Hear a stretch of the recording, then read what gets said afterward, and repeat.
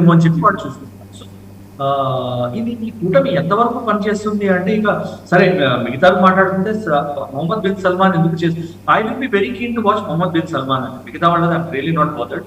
I know what their cards are clear. Turkey cards, Pakistan cards చాలా clear గా ఉన్నాయి. Mohammed bin Salman cards ఏంటి ఇక్కడ పాకిస్తాన్ తో ఇన్వాల్వ్ అవడంలో? Is it a nuclear interest అని? ఎందుకంటే India is committed not to proliferate non nuclear countries. అంటే న్యూక్లియర్ టెక్నాలజీ వేరే దేశాలకు అమ్మదు ఇండియా, కానీ పాకిస్తాన్ ఎగ్జిస్టెన్షియల్ క్రైసిస్ కోసము అమ్ముకుంటుంది. సో ఇండియాతో వేరే trade relations, other relations, leader to leader connect మంచిగా మెయింటైన్ చేస్తున్నా కూడా పాకిస్తాన్ తో ఎంగేజ్ అవ్వడానికి కండిషన్ పెట్టదు India. No country will have such condition. No country can have such condition. So Pakistan తో వాడుకున్న మార్కెట్ లో నుంచి ఏమి ఇవ్వచ్చు పాకిస్తాన్ కి, ఎలా వాళ్ళతో ఇన్వాల్వ్ అవ్వచ్చు, స్ట్రాటజిక్ ఫుడ్ హోల్డింగ్ ఈస్ట్ ఏషియాలో రావచ్చు అనేది చూస్తుందా China. He may be looking at it as a counterweight also, counterweight for foray into the communist bloc, Russian Chinese bloc లోకి foray చేయడానికి ఏమైనా ఆపర్చునిటీ ఉంటుందా పాకిస్తాన్ తో అనేది కూడా చూస్తూ ఉండొచ్చు. So more than Russia China, it may be China not, because even North Korea is a big market. ఎవడొద్దున్నా కూడా చైనా అమ్ముతుంది నార్త్ కొరియా ఉంటుంది. అలాగే you never know Saudi interest ఏంటన్నా. సో అదొకటి I will be very keen to watch next few days, next few months. అదొకటే నేను చూడదలుచుకున్నది ఏంటంటే మొహమ్మద్ బిన్ సల్మాన్ అట్లాంటి మూవ్స్ చేస్తాడు. సరిగా మనం ఎలా చేస్తున్నాము, ఎలా వాచ్ చేస్తున్నాం అంటే యాజ్ నౌ మనం ప్యానిక్ అవ్వాల్సిన ఇష్యూ లేదు. బట్ ఎస్, మనము one thing which you will certainly do and I'm very sure India will do is deepening of naval ties with countries like France, countries like Britain, countries like USA, with deepening of ties and military cooperations. And Arabian Ocean lo intense activity of exercise, joint exercise survey in future we are going to increase. That is a very clear foregone conclusion. దానిలో పెద్ద strategist అవ్వాల్సిన అవసరం లేదు. Pakistan, Turkey, China defence access ని counter చేయాలంటే, arms supplies dynamic ని, maritime architecture ని counter చేయాలంటే క్లియర్ గా IOR ఏదైతే ఉందో ఇండియన్ ఓషన్ రీజియన్ ని protecting economic leverage and strengthening maritime security, ఈ మూడింటిని మనము ఇండియన్ ఓషన్ రీజియన్ లో ఆల్రెడీ నెట్ సెక్యూరిటీ ప్రొవైడర్ గా ఇండియా ఎమర్జెన్సీ. అదే పొజిషన్ అరేబియన్ సీలో కూడా ఎమర్జ్ అవ్వడానికి ట్రై చేస్తాం. Will try to get control in the Arabian Sea and counter what Pakistan, Saudi axis is doing, so that ఆ state of మలక్కాని ఇంకా స్ట్రెంథన్ చేసుకోవడానికి it side. So Indian Ocean region నుంచి మన ఏరియా ఆఫ్ ఇన్ఫ్లుయెన్స్ అరేబియన్ సీలో పెంచుకోవడానికి India try చేస్తుంది. That is a foreground conclusion అంటే that is very very clear. కాకపోయినా కూడా ఇండియా కూడా move towards that direction. But now India will firmly move towards that direction. That is the only implication we should look at. Economic implications కి మనం ఇప్పుడు కంగారు పడిపోయి బెబ్బెలెత్తిపోయి పరిగెట్టాల్సిన అవసరం ఏమీ లేదు. We can wait, watch and see. ఏమవుతుందో చూసి దాని తర్వాత మనం డిసైడ్ చేయొచ్చు. We still have time for it. వీళ్ళ ఫైనల్ ప్రింట్ ఏంటనేది ఇంకా బయటికి రాలేదు. I only see it, నేను ఇందాక అన్నట్టు I'm really not concerned. It's just a tactical and a cosmetic agreement. So దీనివల్ల మనం బెబ్బెలెత్తిపోవాల్సిన అవసరం లేదు, అలా ఇగ్నోర్ కూడా చేయలేదు. ఇంటర్నేషనల్ రిలేషన్స్ లో ఒకటి మనం నేర్చుకున్నది ఏంటంటే last 15 years, especially last 15-20 years లో no development can be ignored. ఏ డెవలప్మెంట్ అయినా కూడా మీరు దాన్ని ఇగ్నోర్ చేయలేరు. చిన్న డెవలప్మెంట్ కూడా చాలా జాగ్రత్తగా చూసి స్ట్రాటజైజ్ చేసి మనకి ఇంప్లికేషన్స్ ఏంటంటే స్టడీ చేయాలి. స్టడీ చేసి మన యాక్షన్ ప్లాన్ రెడీ పెట్టుకోవాలి. అదర్వైజ్ మనము వెనక్కి పరిగెడుతూనే ఉంటాం, కానీ we will not be ahead of the curve. So we will watch it, we will have our plans, we will have our discussions. But యాజ్టీస్గా అంటే ఈ మన ప్రధానమంత్రి, ఇజ్రాయెల్ ప్రధానమంత్రి మాట్లాడుకోవటాన్ని ఎలా చూడాలి ఫోన్లో?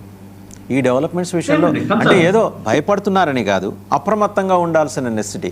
And there are indications, international media, బహుశా చైనా స్పాన్సర్డ్ మీడియా ఉంది కదా అమెరికాలో, వాళ్ళు రాస్తున్న కథనాలు, చూపిస్తున్న ఈ విజువల్ మీడియాలో చూపిస్తున్న అంశాలు, దృశ్యాలు చూస్తే కనుక MBS మొహమ్మద్ బిన్ సల్మాన్ని టార్గెట్ చేస్తోంది ఇజ్రాయెల్ అనే పద్ధతిలో వాళ్ళు రాస్తున్నారు. ఆయన్ని ఫిజికల్గా ఎలిమినేట్ చేయాలని చెప్పేసి. మీరు ఇందాక అన్నట్టు MBS has been playing a crucial role. ఆయన విజన్, మనకి ఇక్కడ కొందరు నాయకులు ఉన్నారు, వాళ్ళకి 2040 అలాగో, ఆయనకి 2080 ఉంది ఆయనకి. సో ఆ విజన్లో భాగంగా ఆయన న్యూక్లియర్ పవర్ ఉన్న నేషన్గా సౌదీని తీసుకెళ్ళటానికి ప్రోగ్రెసివ్గా ముందుకెళ్తారు. నాట్ ఓన్లీ దాట్, ఇంకా చాలా అంశాల్లో కూడా ఆయన కొంత లిబరల్ థాట్ ప్రాసెస్లో వెళ్తున్నారు. అంటే ఆ క్లచెస్ నుంచి ఫండమెంటలిస్టిక్ క్లచెస్ నుంచి దాన్ని కొంత లిబరేట్ చేసే ప్రయత్నం చేస్తున్నాడు. సో ఇది ఒక అంశం అయితే, రెండో అంశం why Israel is so particular about MBS. So Israel చూడాల్సిందండి, ఎందుకంటే వాళ్ళకి జోనల్ ఇన్ఫ్లుయెన్స్ ఉంది, సౌదీ అరేబియాకి చాలా జోనల్ ఇన్ఫ్లుయెన్స్ ఉంది, and Israel is part of that. So Israel కి మాత్రం it is a worrisome develop. Pakistan, Turkey అయ్యాయి మోర్ ఎక్స్ప్లిసిట్ గా ఇన్వాల్వ్ అయ్యింది. అంటే డిఫెన్స్ ప్యాక్ట్ లో, సరే డిఫెన్స్ కూటమిలో ఉంది పాకిస్తాన్, కానీ వాళ్ళు చేసింది ఏంటి ఏం కనిపించలేదు. ఇప్పుడు రీసెంట్ గా అమెరికా రిలీజ్ చేసిన లిస్ట్ లో పాకిస్తాన్ పేరు కూడా లేదు. ఈ డిఫెన్స్ ప్యాక్ట్ చేస్తుంది, ఇరాన్ తో పీస్ ఒప్పందం చేస్తున్న దానిలో పాకిస్తాన్ పేరు కూడా లేదు, మీరు చూసారంటే. So Pakistan is not a big player అని అందరూ రికగ్నైజ్ చేశారు. బట్ దెన్ ఇన్ఫ్లుయెన్స్ చేయడంలో Pakistan has what big role అండి. సో దాంతో సౌదీ ఏం చేస్తుంది అనేది ఇజ్రాయెల్ కి అప్రమత్తంగా ఉండాల్సిన అవసరం చాలా ఉంది. ఎందుకంటే పాకిస్తాన్ ఫోర్సెస్, టర్కీ ఫోర్సెస్ సౌదీలో ఒకవేళ కంట్రోల్ చేకూర్చుకున్నాయంటే then that is existential threat for Israel కి థ్రెట్. సో దీన్ని ఎలా చూడొచ్చు, మోదీ గారికి అడ్వైస్, మోదీ ఇంకా నెతన్యాహు చాలా క్లోజ్ అండ్ డీపర్ రిలేషన్స్ ఉన్నాయని క్లియర్ గా తెలిసిందే. సో మన పర్స్పెక్టివ్ ఏంటి, and the other aspect is international గా మాట్లాడుకుంది ఏంటంటే మూసాద్ అండ్ రా are operating very closely together. So మీ పర్స్పెక్టివ్ ఏంటి, మీరు ఏం చూస్తున్నారు ఇంటెలిజెన్స్ వైజ్, మీకు ఏం వినిపిస్తుంది? మొహమ్మద్ బిన్ సల్మాన్ తో మీకు చాలా క్లోజ్ రిలేషన్షిప్ ఉంది కదా, what is your view about this అని నెతన్యాహు అడుగుండొచ్చు. Modi might have discussed joint implications with Netanyahu, లేకపోతే nothing, they would have discuss nothing and current Iran Israel war గురించి డిస్కస్ చేసుకుని ఉండొచ్చు. యూ నెవర్ నో, ఏం మాట్లాడుతున్నారో చెప్పరు కానీ, but I'm sure this topic would have come through the leaders. Ignore చేయరు, ఇట్లాంటి డెవలప్మెంట్ ఇగ్నోర్ చేయరు. సో దీని వల్ల మనం ఏం చేయాలి, how can we counter this agreement, or how can we plan to counter this agreement అనేది మాట్లాడుకుంటుంటారు. But that will never come out in the international media.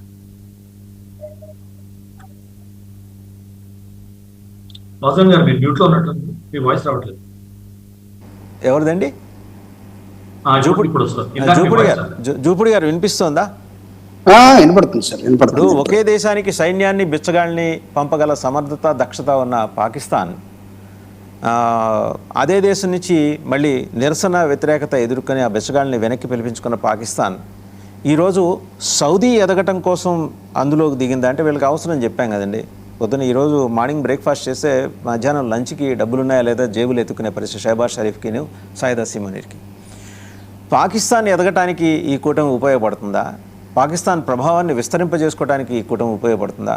లేకపోతే అంతిమంగా ఇప్పటివరకు డిస్కస్ చేసిన పాయింట్స్ నుంచి ఎలిసిట్ అవుతున్న అభిప్రాయం కనుక చూస్తే, వెల్లడవుతున్న అభిప్రాయం చూస్తే, సౌదీ ఒక విజనరీ లీడర్ కంట్రీగా ఇస్లామిక్ నేషన్స్ మధ్య ఎదిగే ప్రయత్నం చేస్తుందా? ఇది ఇరాన్కి కంటగింపు చర్య, ఇరాన్ దీనికి అంగీకరిస్తుందా? సార్, ఈ వండర్ఫుల్ క్వశ్చన్ వాసుదేవన్ గారు. ఇప్పుడు అంటే కరెంట్ పాలిటిక్స్ కానీ మనం రీసెంట్ గా జరుగుతున్న వార్ని మనం విశ్లేషించగలిగితే ఇరాన్ బేస్డ్గా జరుగుతూ ఉంది. దీనికి అపోనెంట్ గా అమెరికా తోటి కలిసినటువంటి నిరంతరం యుద్ధంలో ఉన్న ఇంకొక దేశం ఏంటంటే ఇజ్రాయిల్. సో ఈ కూటమి ఎఫెక్ట్ లేకపోతే ఎమర్జెన్సీ ఆఫ్ దిస్ కూటమి అది నిజంగా ఉంటుందా, పోతుందా, లేకపోతే ఎంతకాలం ఉంటుంది, ఈ రిలేషన్స్ అన్ని కూడా తాత్కాలికమైనవా లేకపోతే పర్మనెంట్ రూపంలో ఉన్నాయా, నాటోలో ఉంటాయా అని మనం చూసినప్పుడు ఈ 47 కంట్రీస్ తో పాటు ఇంకా కొన్ని వస్తాయా, లేకపోతే రియల్ గా దీని వెనకాల ఎవరున్నారు, what is the real economy, లేకపోతే బేస్ ఆఫ్ పాకిస్తాన్ ఈ రోజు చూసినప్పుడు నాకు తెలిసి పాకిస్తాన్ ప్రపంచవ్యాప్తంగా ఒక జోకర్ కంట్రీగా నిలబడే ఒక అవకాశం మాత్రమే కనబడతాం. నేను ఈ మాట అనొచ్చో లేదో నాకు తెలియదు, కానీ వాళ్ళకున్నటువంటి స్ట్రెంగ్త్ చూసినప్పుడు కానీ, వాళ్ళకున్న ఫైనాన్షియల్ కండిషన్స్ కానీ మనం ఒక స్టడీ చేసినప్పుడు చూస్తే పాకిస్తాన్ చాలా దారుణమైన పరిస్థితుల్లోకి ఇంటర్నల్ గ్రూప్స్ తోటి థ్రెట్ ఉంది. తర్వాత ఎక్స్టర్నల్ గా భారతదేశంతో వాళ్ళకు ఉన్నటువంటి శత్రుత్వం కనబడిన నేపథ్యంలో ఒక్కసారి మన వాళ్ళు